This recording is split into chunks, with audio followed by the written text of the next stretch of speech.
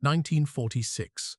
Somewhere in the American zone of occupied Germany, in a former Wehrmacht training barracks now labeled DP Camp 27, a man in his mid-30s sat on a straw mattress that sagged like old skin and wrote words that would have been meaningless to the men who had designed the camps he survived. They liberated my body. My mind stayed there. His name on the lists was now Markus Klein. In Auschwitz, it had been BH873429. The ink on his forearm had outlasted the Reich that had ordered it. It sat above his veins like a permanent diagnosis: survivor, property, number. The people who ran this new camp, Americans in clean uniforms, UNRRA officials with clipboards, Jewish relief workers with armbands, called him a displaced person. The bureaucracy of peace had transformed him from KTTS into Dreiskik as efficiently as the Nazi bureaucracy had once transformed him from citizens into Judegs. The mathematics of his existence had changed columns, not totals. Before the war, in his Polish town, everything had been simple on paper. Name, Markus Mendel. Profession, clerk in his father's small textile shop. Address, a street that no longer existed, 2 blocks from a synagogue that no longer existed, in a community that no longer existed, in a community that no longer existed. The collapse began long before Auschwitz. September 1939. German tanks rolled into Poland. Within weeks, old categories, Jewish, neighbor, were rearranged into deadly heights. The SS, Gestapo, and occupation authorities stayed. Signs appeared. Juden verboten. Jews forbidden. Armbands with blue stars of David appeared on arms that once wore nothing but shirt cuffs. At first, Markus believed, like many, that this was temporary humiliation, a passing storm. The First World War had been terrible, but it had ended. This would too. A German officer who had requisitioned their apartment even smiled politely. "You'll be moved to the Jewish quarter," he said. "It's an administrative measure, don't worry." The Jewish quarter became a ghetto. The ghetto became a sack-holding pen. Disease, hunger, random shootings, forced labor followed in calibrated doses. The mathematics was simple and merciless. Ration, 184 calories per day. Work, 12 hours. Typhus, uncounted. In 1942, rumors solidified into names: Chekhov-No, Bijek, Sobibor, Treblinka, Auschwitz, then into schedules, resettlement actions. Evacuation transports. Markus watched German police and local auxiliaries herd his neighbors to the square. He watched the SS man reading from a list, decide who went right, temporary labor, and who went left train. His parents went left. His younger sister, Rivka, too small to lie about her age, went with them. He never saw them again. His ticket to temporary survival was a pair of strong arms and the accident of standing near a German factory representative who needed workers. First, a labor camp. Then, after quotas changed, Auschwitz. The camp system had its own arithmetic, number tattooed, 1 mark. Caloric intake, 1/3 of what was necessary to maintain body weight. Beatings, variable. Will to live, diminishing function. Inside Auschwitz, the word normal evaporated. Normal became the selection ramp, the piles of shoes, the smell.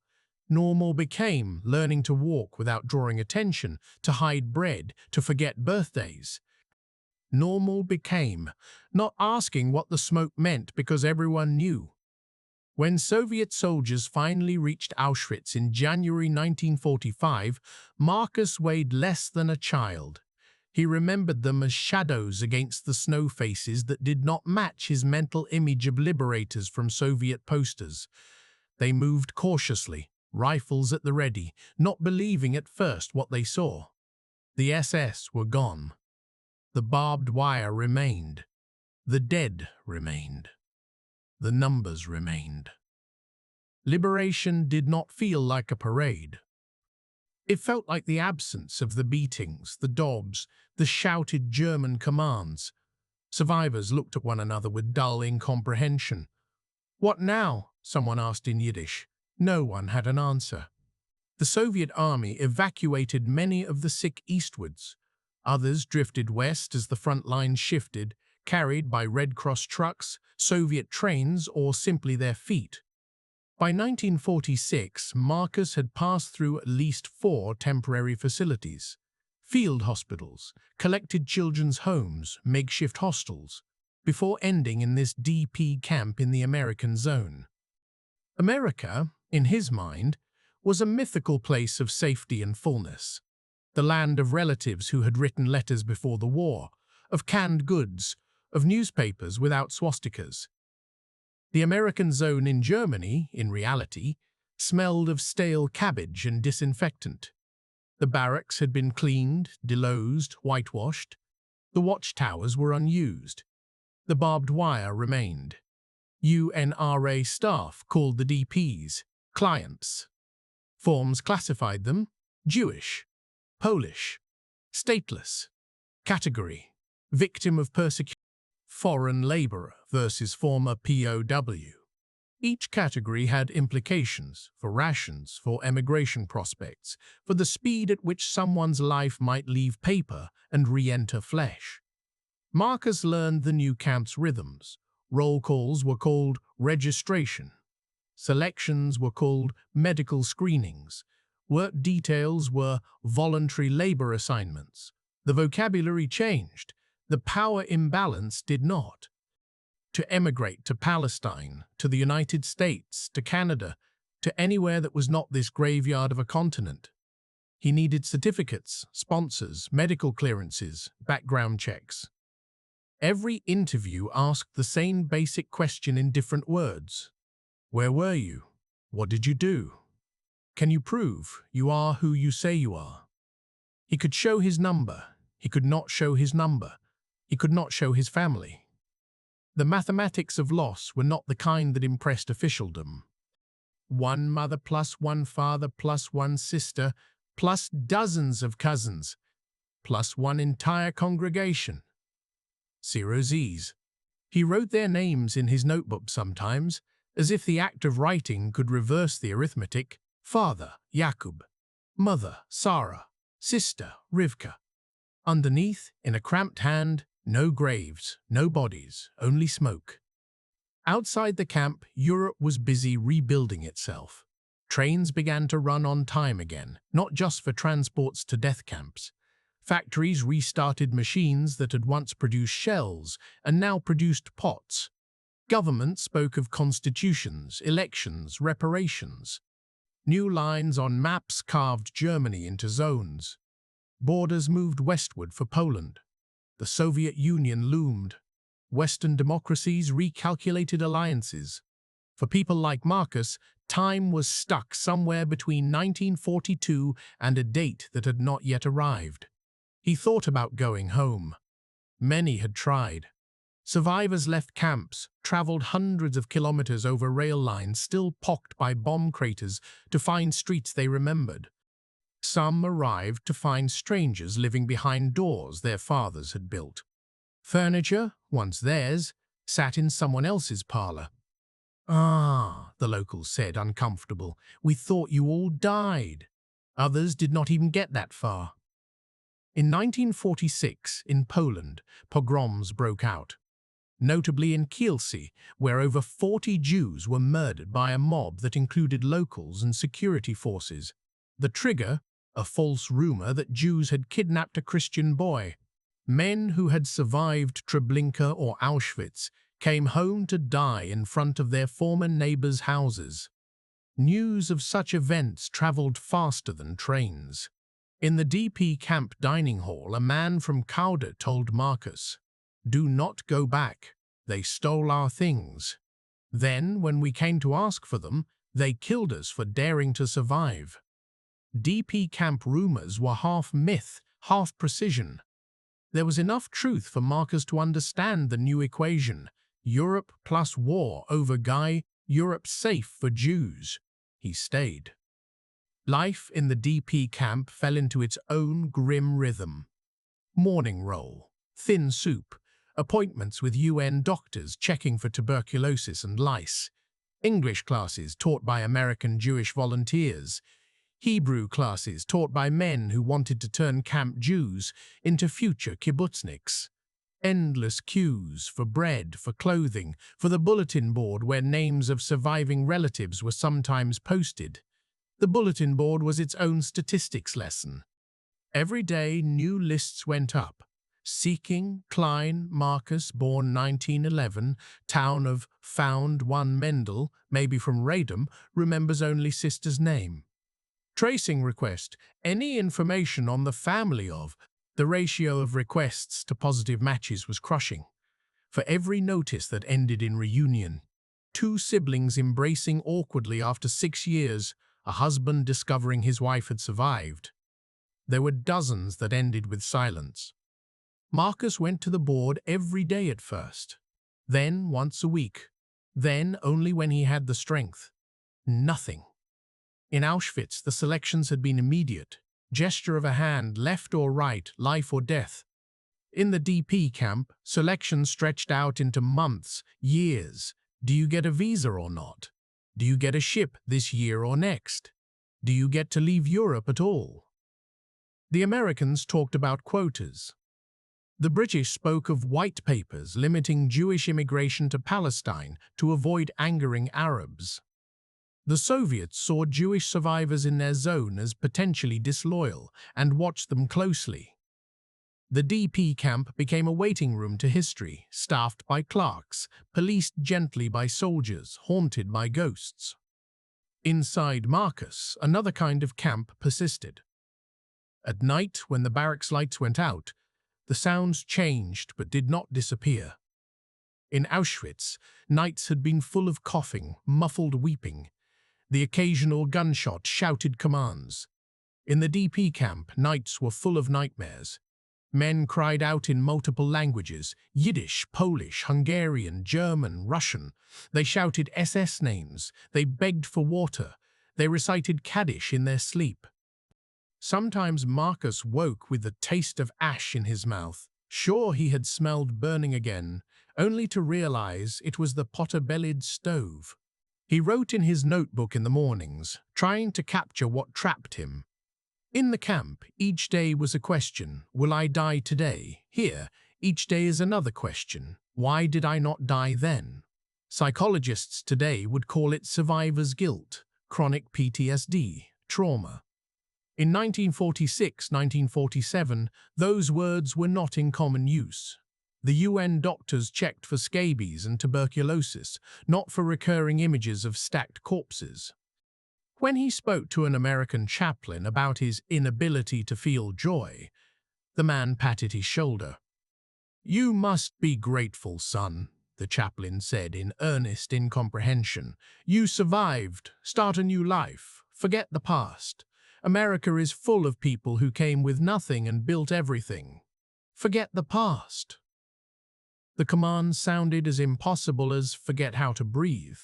Marcus knew rationally that the war was over. The Reich was gone.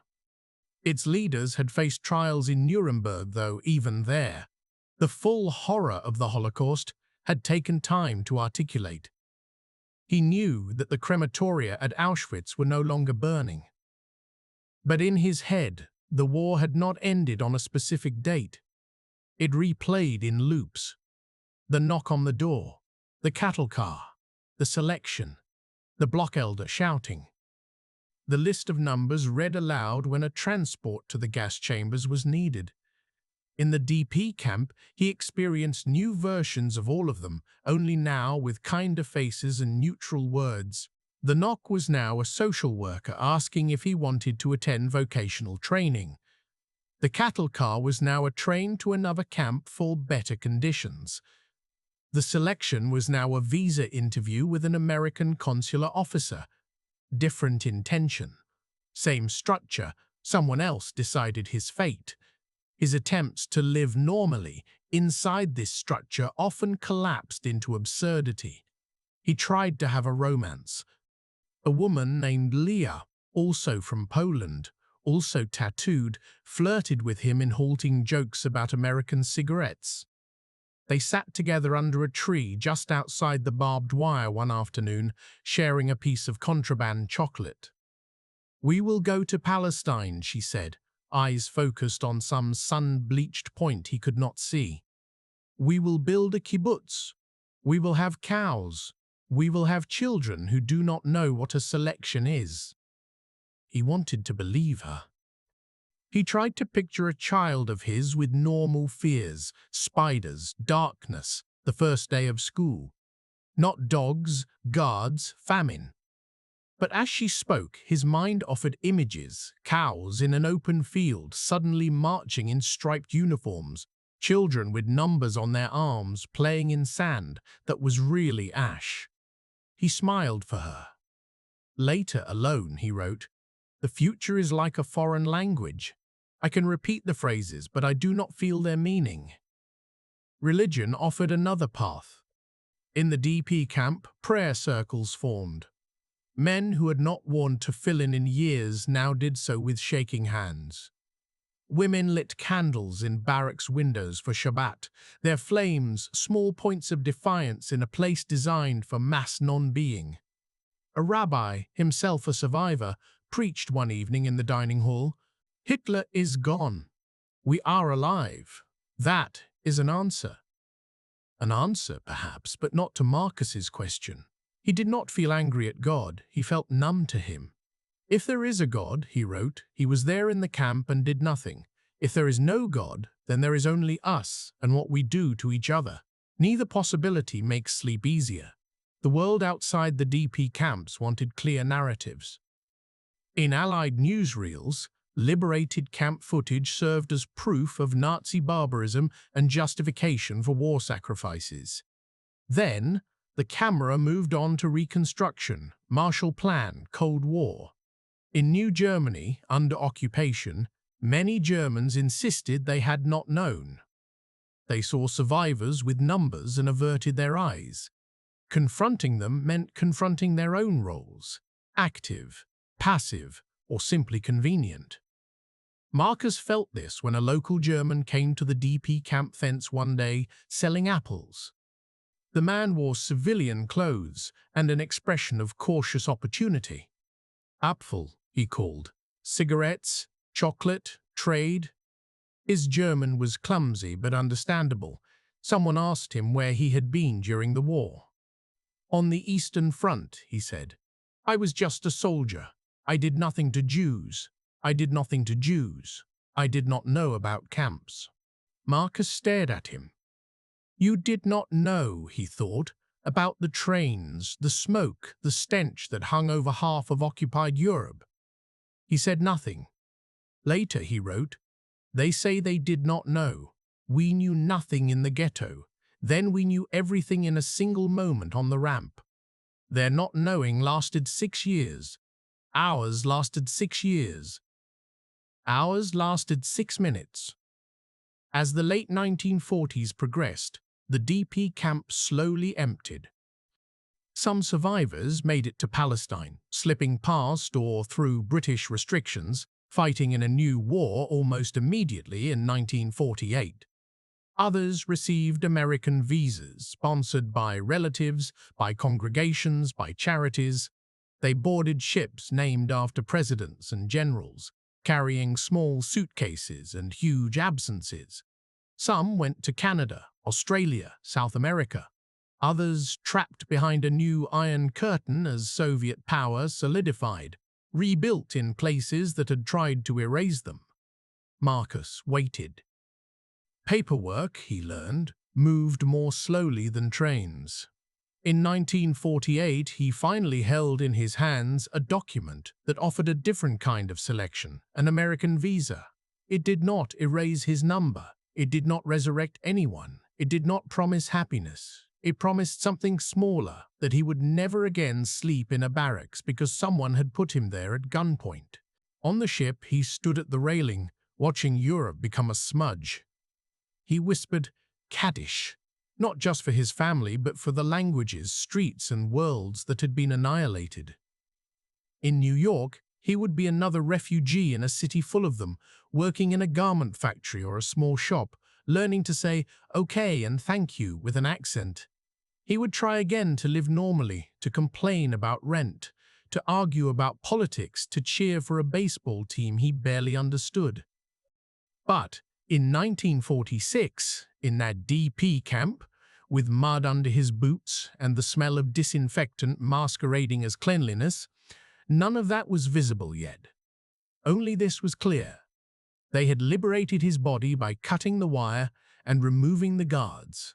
No one knew how to liberate his mind. Historians would later write about displaced persons camps in terms of numbers and policies, 850,000 DPs in the Western zones in 1945. By 1951, most resettled. X% to the US, Y% to.